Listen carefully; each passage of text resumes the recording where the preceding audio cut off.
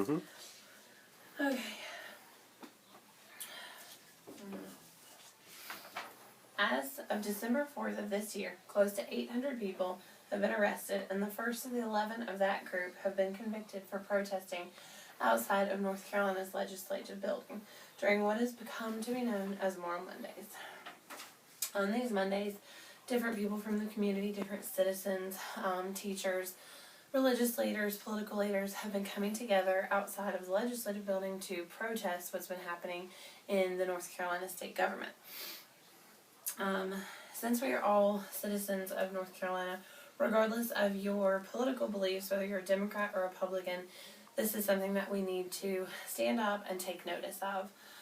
It's affecting our education system, our voting rights, and many other policies in the state government. Having lived in North Carolina for my entire life, and being an elementary school major that's about to graduate, I know quite a bit about the cuts that have been made in education.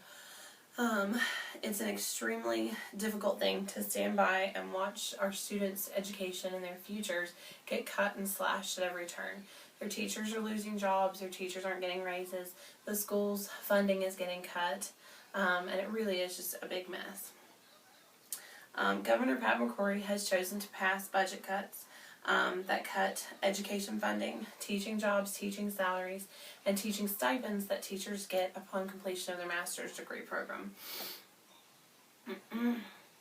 In the coming minutes, I'm going to show you how the cuts are detrimental to our society and how God would not look favorably on this or anything that has gone on. Let's take a look at the actual budget and who is affected by the cuts. Regardless of what the governor says he is doing or signing into legislation, what he's actually doing is very different from what he says he's doing. As of April 2013, this was the largest education budget North Carolina had ever seen. However, even though it was the largest, it still was not big enough to accommodate the growth that the state was seeing. Teachers are already known for making a small salary, and these were the lowest salaries that North Carolina teachers have ever seen, on top of the job cuts that were put into place. Governor McCrory did say that teachers would be eligible to get 1% of their salary back. However, in order to be qualified for that, they would have to make at least $250,000 in their total income in their household. Lastly, teaching salaries are at an all-time low in North Carolina. North Carolina used to rate as the 27th state for teaching salaries, and now we are number 46. Now that we are aware of the budget cuts, we need to see how people are responding to them. What we find is rather unsettling.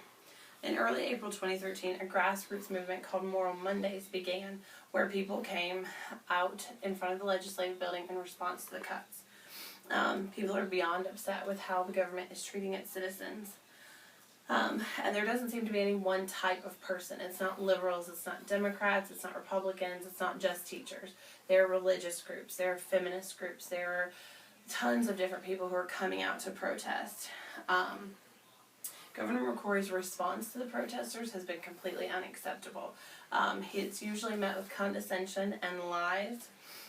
In one case, those looking for an interview with the governor were told that he was in a meeting, and they later saw him playing baseball on the legislative lawn. Another time, a group was looking for an interview with him, and he came out and instead of talking with them, offered them cookies as a response to their pleas.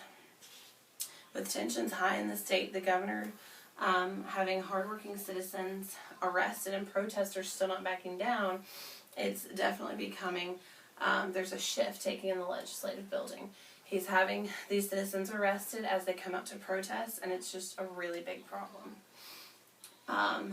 Lately, Governor McCrory has been going back on his earlier words, and he's been coming up with money that he's found in the budget, and he's been going back on things that he said he wasn't going to do. So in response to this movement, he has shifted around, but he's still basically telling lies to his citizens.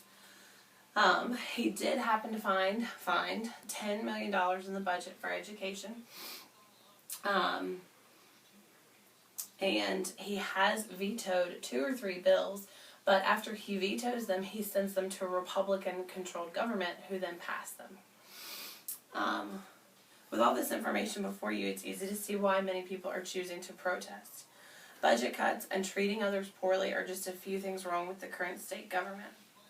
On average, 2,500 North Carolina citizens attend Moral Mondays. And despite the attempts of these people, they're still met with condescension and just the government's lack of caring. Take a look at how you feel about what is happening in our state and try not to let your political prejudice get in the way of making a good decision regarding these.